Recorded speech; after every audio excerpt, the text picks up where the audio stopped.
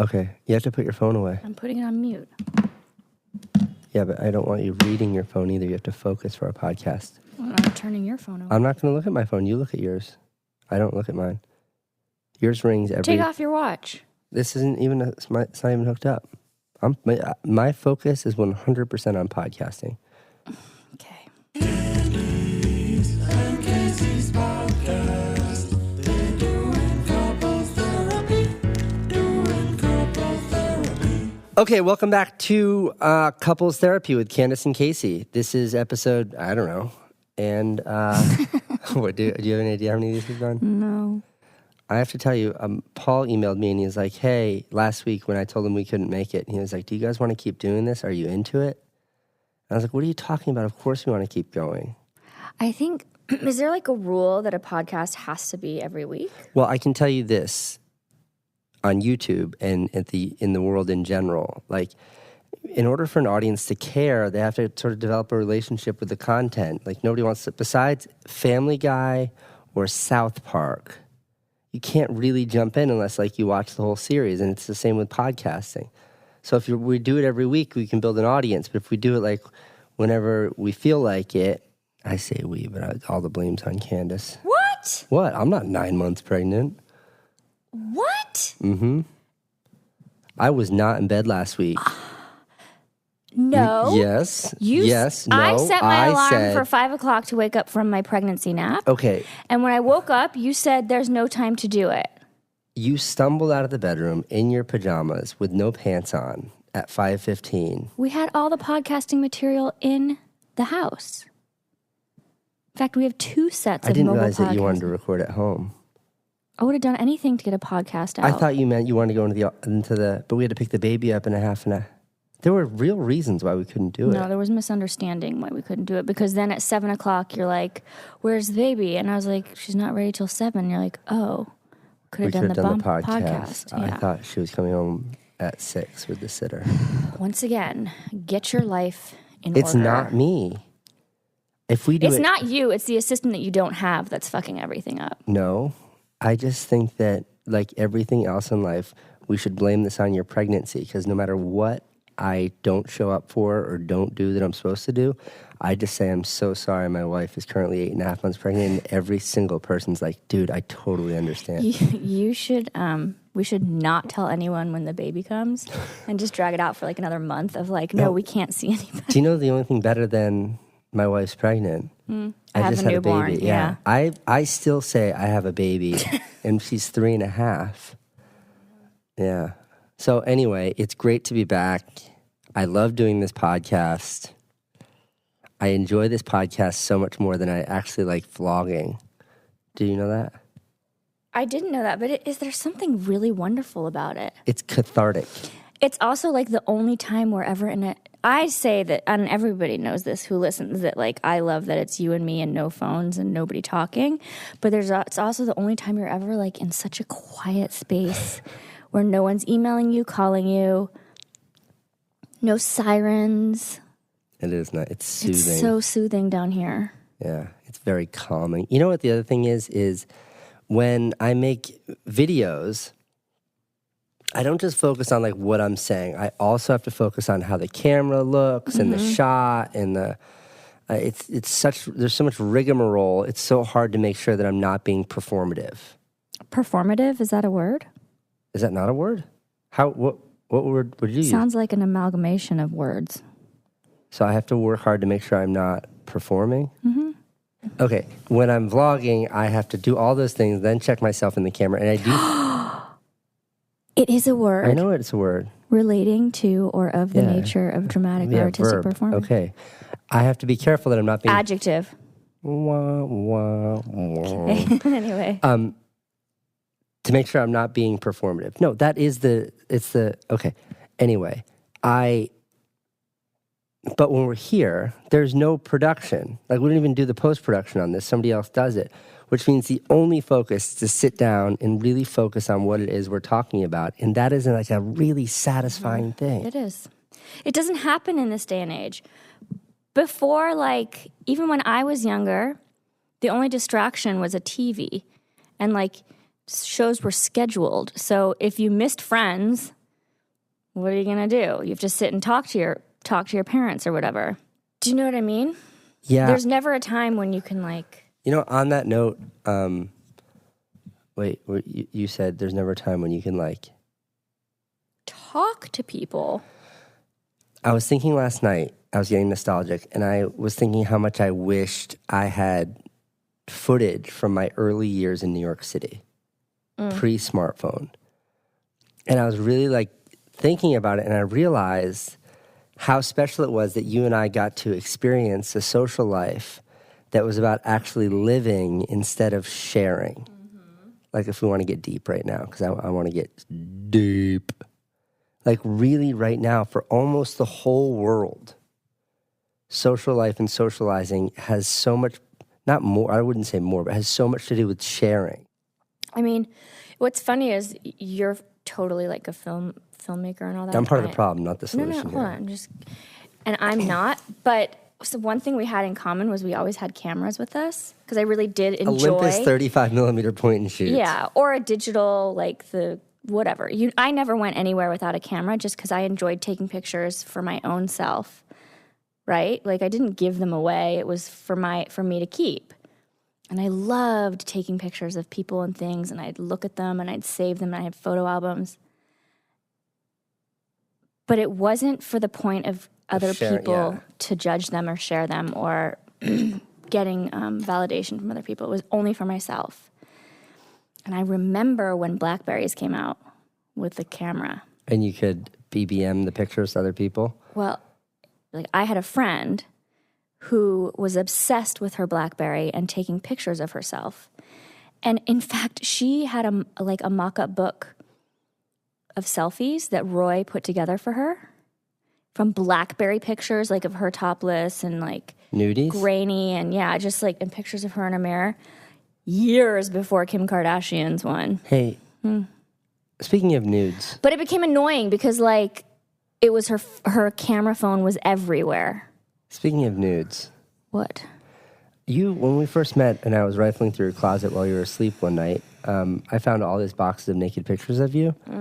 And I brought them up to you. And then, like, a few weeks later when you were asleep and I was rifling through your closet again, they were gone. And you were like, it made me uncomfortable that they were in my house, so I put them at my parents' house in Texas. I did not. Those were words you said to me that I would wager my entire being and life on. You may have been lying to me, but you said those exact words to me. The day is long you said those words to me. There were 2 pictures, not that I was nude in, but I was wearing, like, pantyhose in. No, I'm talking about, like, pictures that I found in your closet in a box. No, I still have those. They're in a storage unit. Oh, okay. Well, why would I put them in my parents' house? I'm just telling you what you told me. I don't know. You're lying to me. Were they the black and white ones that like... No, I'm talking about your naked pictures from like your crazy social life. Oh, I don't think I have those ones anymore. So where did they go? Garbage. Don't you remember I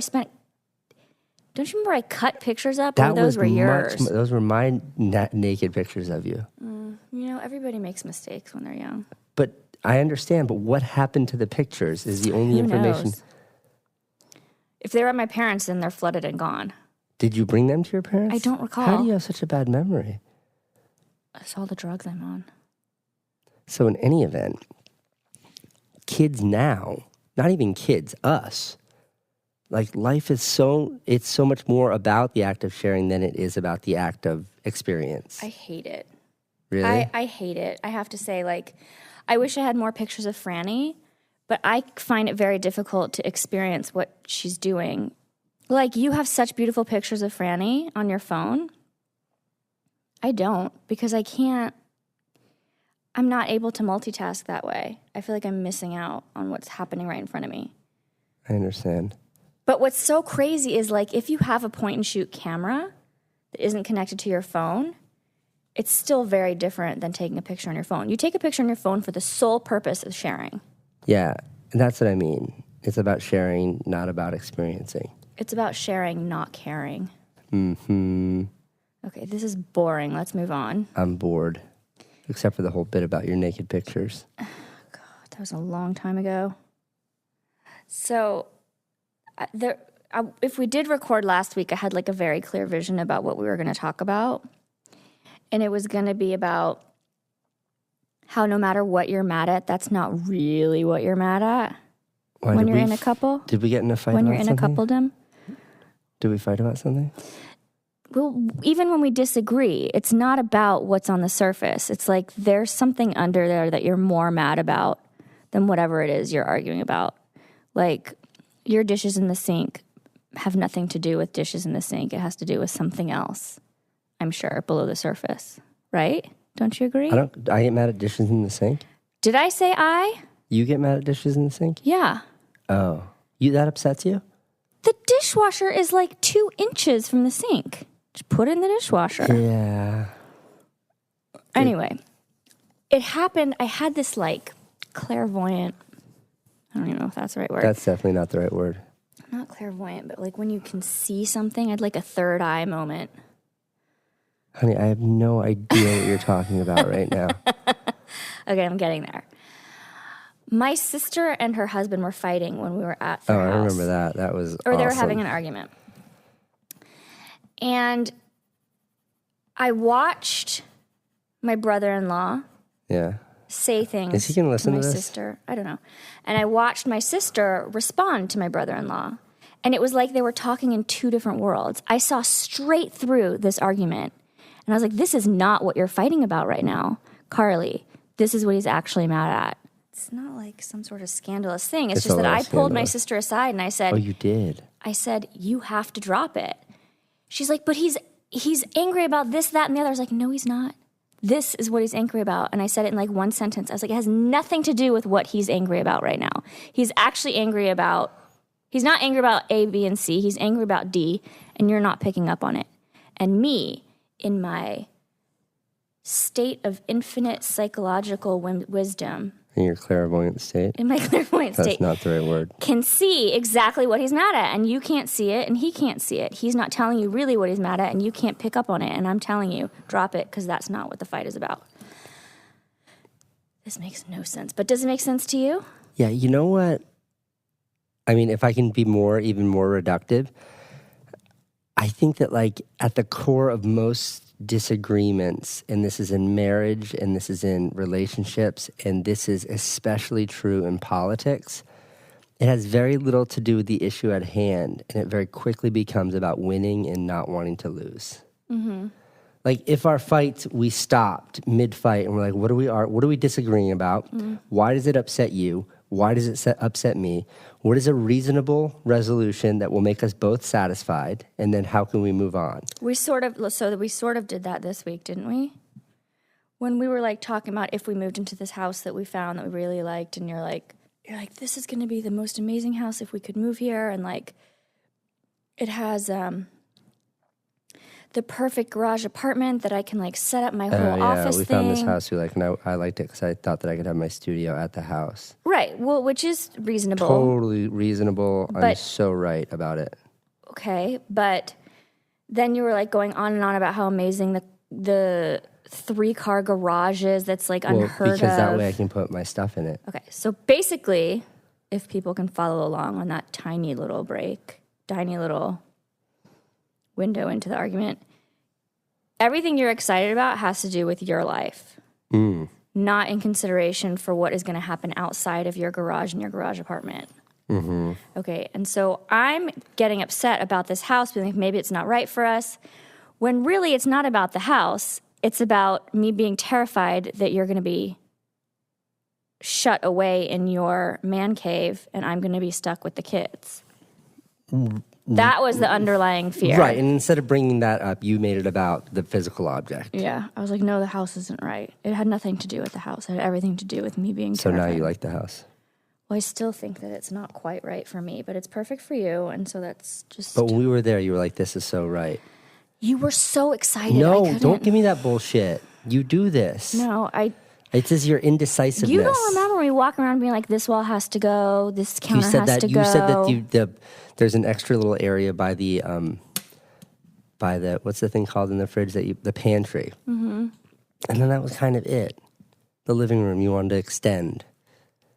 But you were like, yeah, I love it. I love it. I love it. And then we stood outside talking about it, and you're like, I love it. And then you start to forget. and you get all and the indecisiveness kicks in. Your crippling indecisiveness. No, I do. I mean, but then you're not giving me, you're dismissive of the fact that maybe the house isn't my perfect house. That's the thing. It's not my perfect house. It's your perfect house. Because what you need a house to make it perfect, you're getting from this house. No, I'm just an optimist. No, Candice, this is a perfect Casey. example of what you just brought up, which is that there's an underlying issue here. And I think that underlying issue is that you feel like you're losing some aspect of control or identity because I was the one who ultimately made this decision that this house is great instead of you. That is part of it, but it's also part, like, I like the house. I think it's going to be great for the next couple years if we get it, if we do this whole move, but I don't love the house. Right, but you said the same thing about our apartment right now, and then we moved in, and you were like, I love this. So let's book note this conversation. But now it's getting like you want to win, and I don't care about winning. I just want to have a happy life. And I just want to be validated. Just be like, Candice, I get it. This isn't your dream house. Thank you so much for making it my dream house. You're just saying that to take me down a peg. No, I am absolutely not. You are. How do you see that? Because you're jealous of how happy I am about it. That is really turning it around into a nasty place. No, that's the truth. Why can't I just not be as excited about it as you? Because you do... Let me ask you a question. Yeah. You did not like any of those homey homes that we went to look at. Right. What if I found one that was perfect for me? But I can't deal in hypotheticals here. You didn't find that one that was perfect for you. You found that we looked at that one house, that first one, that we couldn't afford, and you loved it. And for me, it was like, okay, but I was like, you know what? Yeah, fuck it. Like this, we can make this work. This is awesome. Let's do it. And it was like then blinding enthusiasm from me until I realized that we couldn't, it was outside of our budget. But why, let's go back to the house that we like right now. Yeah. Why can't you acknowledge that maybe this isn't my dream house? Why can't you just verbalize and be like, look. Because it hurts my feelings. Why? Why? Why do you take it so personally? Why can't you be like, thank you for like agreeing to live in a super modern house in a neighborhood you didn't want to live in, Candice. Thank you. Well, I mean, I'm not like doing you a favor, but like... because it does hurt my feelings to treat it as if to acknowledge that you're compromising. Why? It's the reality. Because at the time we were there, that wasn't the case at all. And I don't believe that you are compromising. I am compromising. What don't you get about that? But that's okay. I'm not mad about it. But what pisses me off is that you won't acknowledge that I'm compromising. Well, I think what upsets me is just how much you beleaguer the point. Because I can't get one sentence out of you to help me shut it down.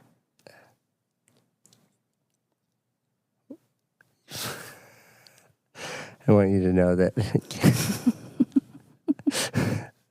Candice just smiled at me and winked and then mouthed, "We should keep this in the podcast."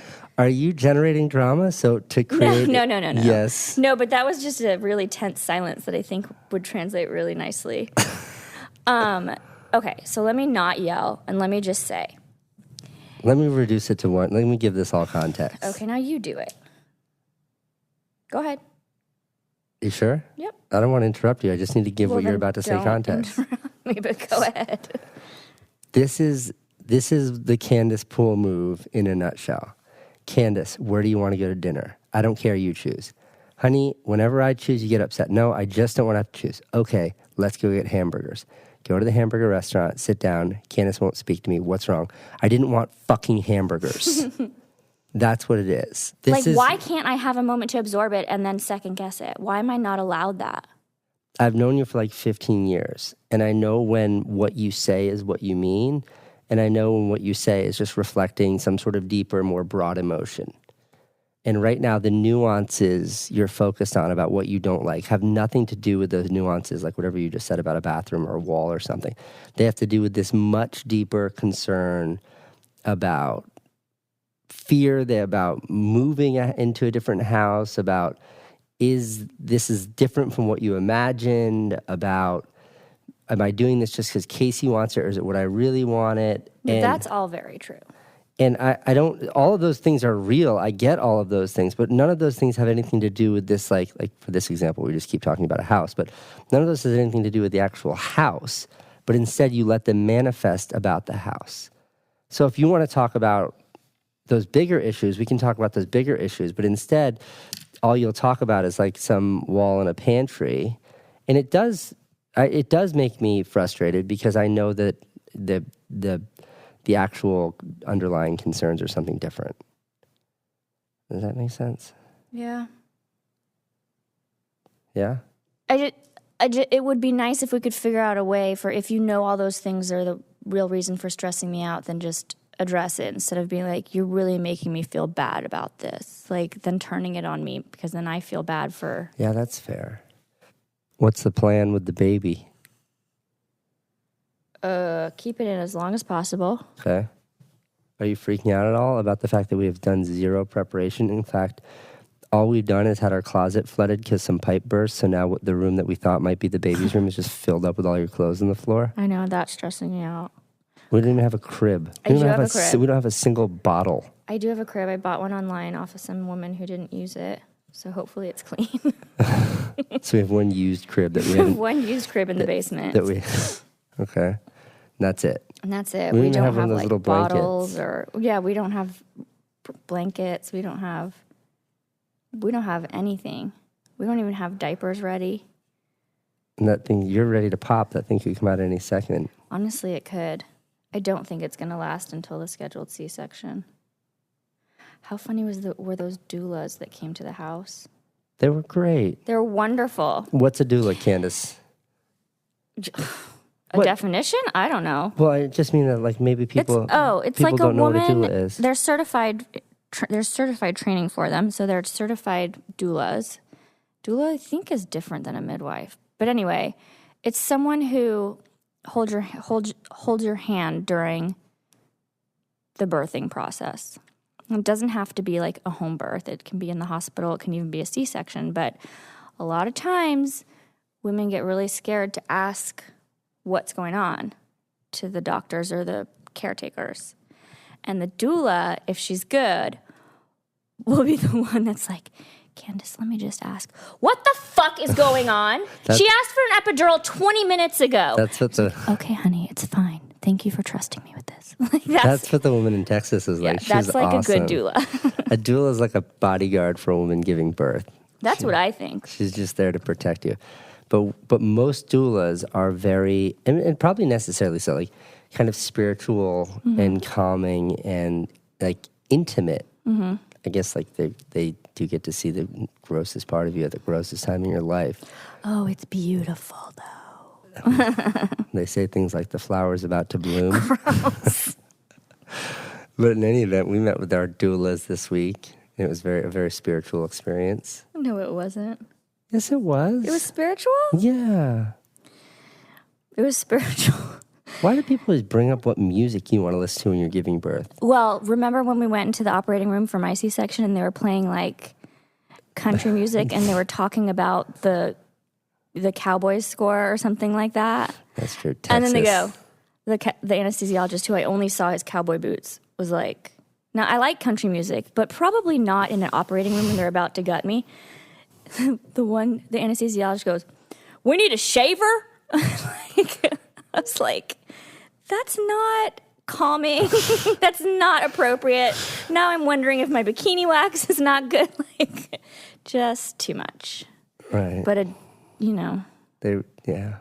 just... Childbirth is one of the most Anybody who says childbirth is a beautiful experience is completely full of shit. Having a baby is a beautiful experience. Yeah. Childbirth is really disgusting. There's just so much going on. Oh, God. So gross. But that's why part of the reason why we have to have a doula. So I have a nephew, and I talked to my brother who had the kiddo, and he was like so in there. He like delivered the kid himself and stuff. And I'm proud of him for doing that.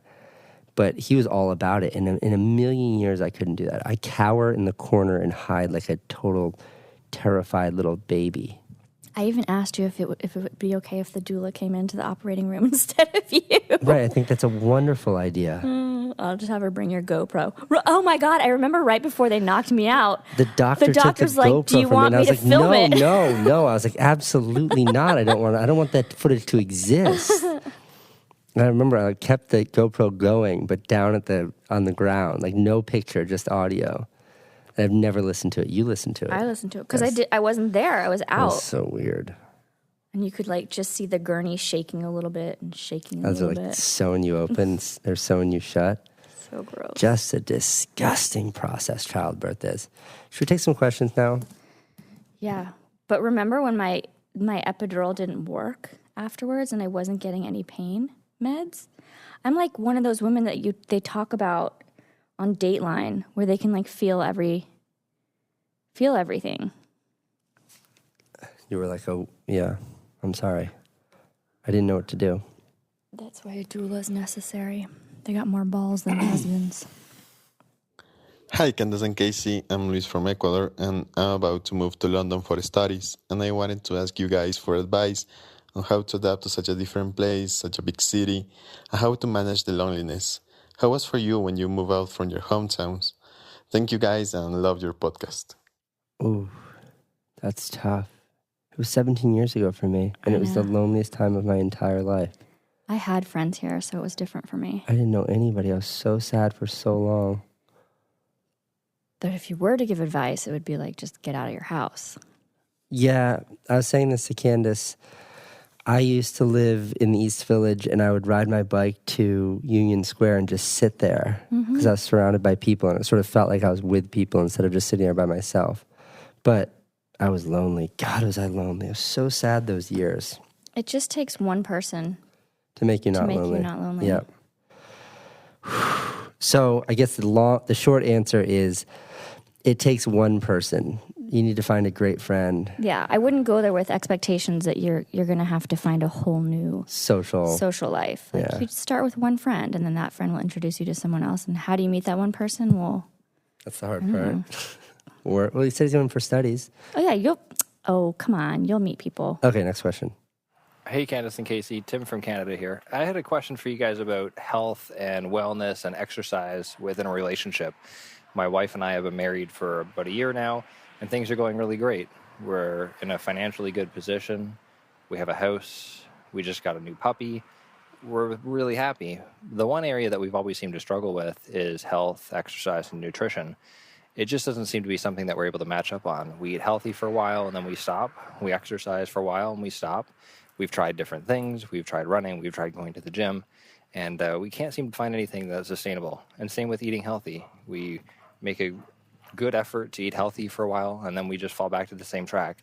So I know that Casey likes to eat candy, and it seems like he likes to eat lots of candy. So how is that something that you guys have been able to manage, and how do you make it work? Thank you. Candice and I fight so much because she thinks I run too much, and I think she sleeps too much. And that's the trade-off.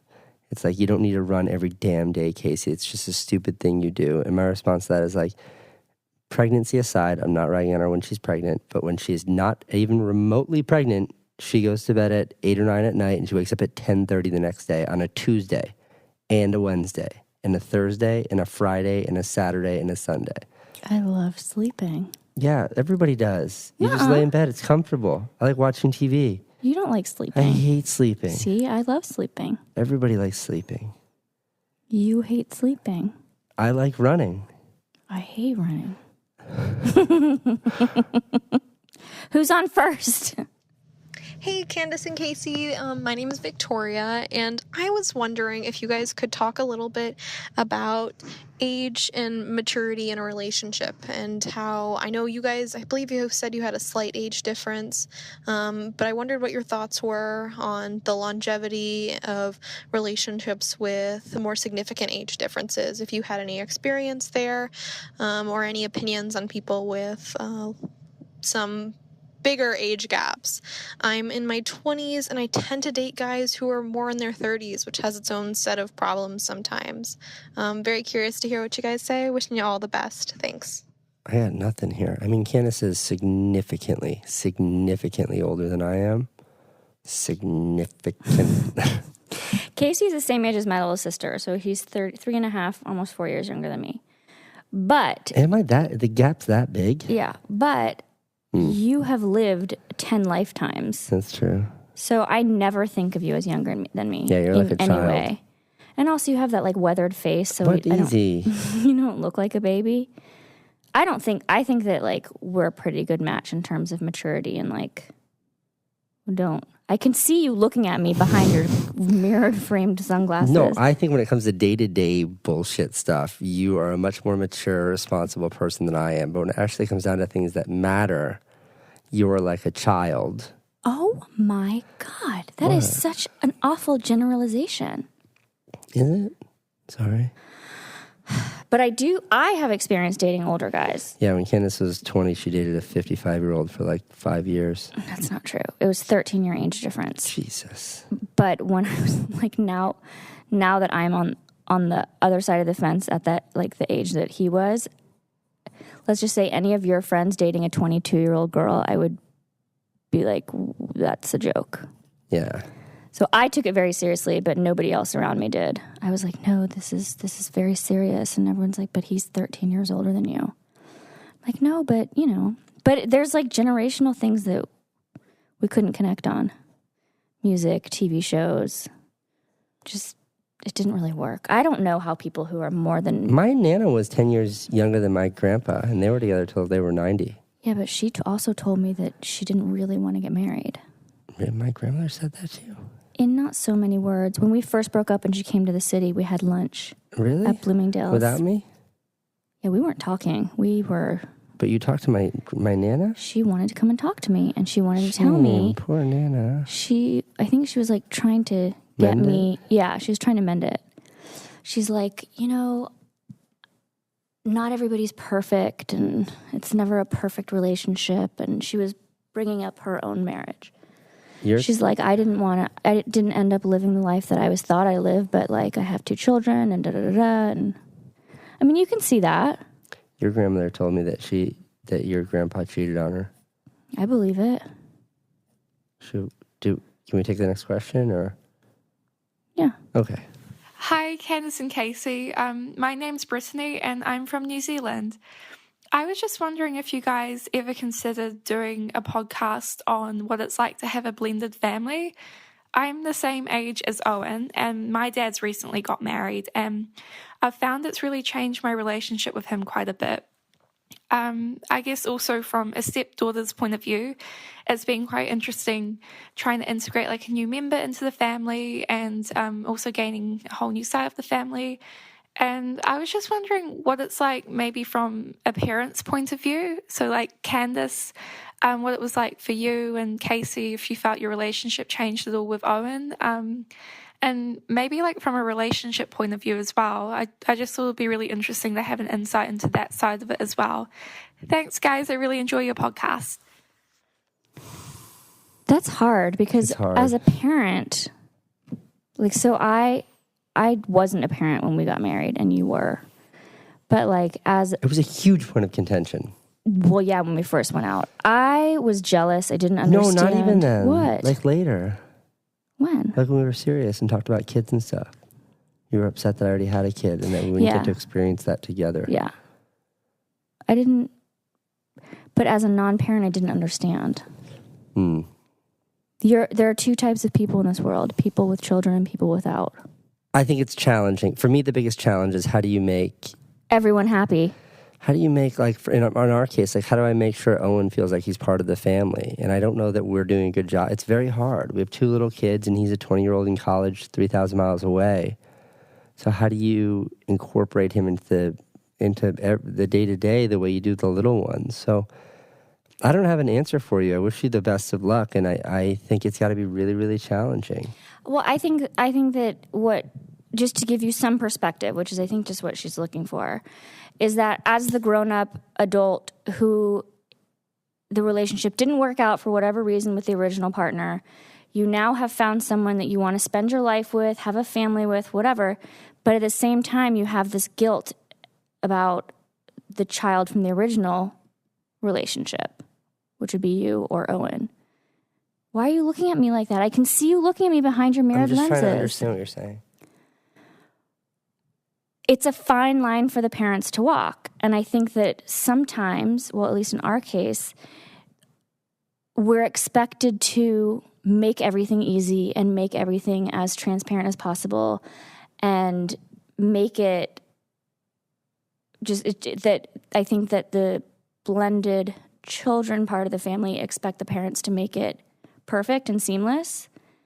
And it just can't be. There's going to be attention paid to the new relationship for the adults. There's going to be disagreements between the stepchildren and different ways of raising each other's kids and different families. It's like you're literally blending, but not in like this beautiful mixing bowl of colors. It's like a fucking blender and you're throwing all the ingredients in and you forgot to put the lid on and it's spraying everywhere and it's hard. How do you keep everybody happy and everybody safe? I don't have an answer, but that's something that your parents are probably dealing with that you don't realize. No? No, I think that makes sense. We have to go. Is there one more question? No, You lie. there isn't. Oh. All right. Thank you, everyone, for tuning in to this fantastic, actually, this is more of a mediocre episode of Couples Therapy with Candice and Candice. We'll see you next week or the week after the week after. Find us on iTunes or Google or Anchor or wherever you find your podcast and give us a thumbs up or 5 stars or smash that like button. And also a big fat thank you to Anchor, who produces this podcast. And if you guys are interested in podcasting, use Anchor. They make it super easy for everybody. They also now make it so you can, even if you're like a first-time creator, they make it easy for anyone to monetize their podcast. So the same way that like even a small YouTuber can monetize their YouTube channel, you can now do the same thing on Anchor with a podcast. So that's awesome. And I really enjoy hashtag couples therapy. And the reason we haven't come up with our own is on purpose, because the stuff you find when you Google hashtag therapy It's serious. is weird. Lots of Sexual sex stuff, Okay, yeah. let's not digress.